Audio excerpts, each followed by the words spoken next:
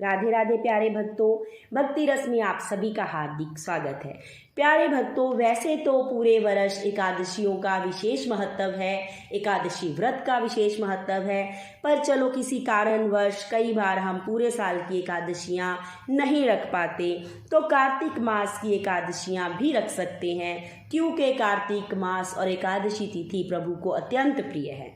परंतु कारणवश यदि हम व्रत नहीं रख सकते तो हम उसकी कथा से ही प्रभु को प्रसन्न करने की कोशिश करते हैं और उसकी कथा का फल अर्जित करने की कोशिश करते हैं। तो प्यारे भक्तों, आज रंभा एकादशी है, जिसको रमा एकादशी के नाम से भी जाना जाता है। यह कार्तिक मास की कृष्ण पक्षी एकादशी है। इसी को रंभा या रमा एकादशी के नाम से जाना जाता है।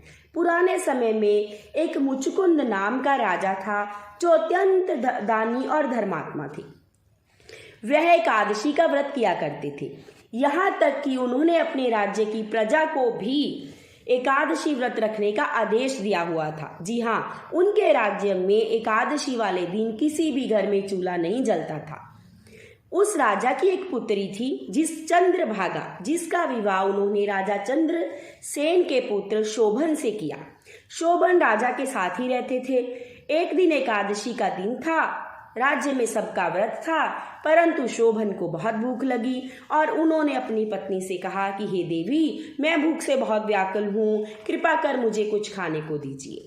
राजकुमारी ने कहा, हे पति देव, आज एकादशी है, मुझे माफ कीजिए, आज के दिन ना मैं आपको कुछ खाने दे सकती हूँ और ना स्वयं खा सकती हूँ। तो राजकुमार शोभन ने कहा कि हे देवी, परंतु मैं तो प्राण त्याग दूंगा, मुझे तो इतनी भूख लगी हुई है। तो उसकी पत्नी ने कहा, पति देव, आप बेशक प्राण त्याग दीजिए, परंतु एकादशी के दिन अन्न खाकर मैं आपका जीवन व्यर्थ नहीं कर सकती। भूख के मारे राजा शोभन जो थे, उन्होंने प्राण त्याग दिए।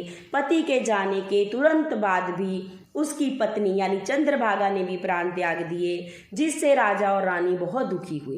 एक दिन राजा मुचुकुंद मंदराचल पर्वत पर गए तो उन्होंने वहां शोभन और अपनी पुत्री को देखा, और वो क्या देखते हैं कि वहां दोनों की सेवा में बहुत सुंदर रंभा नाम की अप्सराएं लगी हुई हैं। तो उन्होंने आकर सारा वृत्तांत रानी को सुनाया। रानी बहुत प्रसन्न हुई कि मेरे बच्चे वहां सुखपूर्वक हैं। रंभादि अप्सराएं उनकी सेवा में लगी होने के कारण इस एकादशी का नाम रंभा एकादशी कहा जाता है। अब प्रश्न यह उठता है कि राजा ने राज्य को ये आदेश क्यों दिया कि वो एकादशी व्रत रखें। प्यारे भक्तों, इसके पीछे भी एक बहुत सुंदर कथा है। भक्तमाल में यह कथा आती है राजा मुचुकुंद जी की कि वो कितने बड़े भगत थे। जी हाँ, उनके राज्य में एक बार अप्सराएं विचरण करने के लिए आईं, परंतु जब वह वापस लौट रही थी तो एक अप्सरा के यहाँ कांटा चुभ जाने के कारण उसके पुण्य क्षीण हो गए और वह दोबारा से अपने स्वर्गलोक में नहीं जा सकी।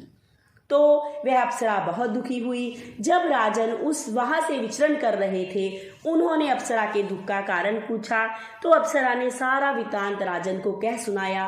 राजा ने कहा कि बताइए, मैं आपकी किस प्रकार सहायता कर सकता हूँ। तो अप्सरा ने कहा, हे राजन, यदि आप अपने राज्य के किसी भी एक व्यक्ति की एकादशी व्रत का पुण्य मुझे दे देंगे तो मेरे पुण्य दोबारा से अर्जित हो जाएंगे और मैं ब्रह्मकुंठ लोक को चली जाऊंगी। तो राजन ने सारे नगर में ढिंढोरा पिटवा दिया, परंतु किसी ने भी एकादशी का व्रत नहीं रखा था।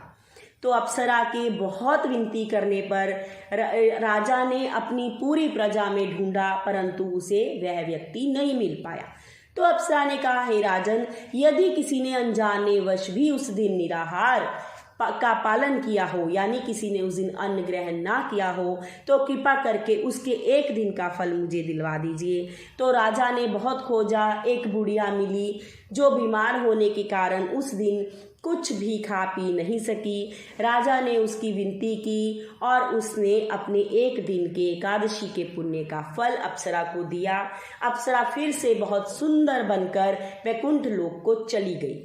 ये देखकर राजन को रात को नींद नहीं आई कि यदि एक दिन अनजाने में एकादशी को निराहार रहने का ये फल है, तो उस व्रत का कितना फल होगा। जो सारा दिन निराहार रहकर प्रभु का भजन करके किया जाता हो। उस दिन से राजा ने अपने पूरे राज्य में यह आदेश दे दिया कि मेरे नगर में एकादशी के दिन कोई भी व्यक्ति अन्न ग्रहण नहीं करेगा और सभी को एकादशी व्रत करना अनिवार्य होगा।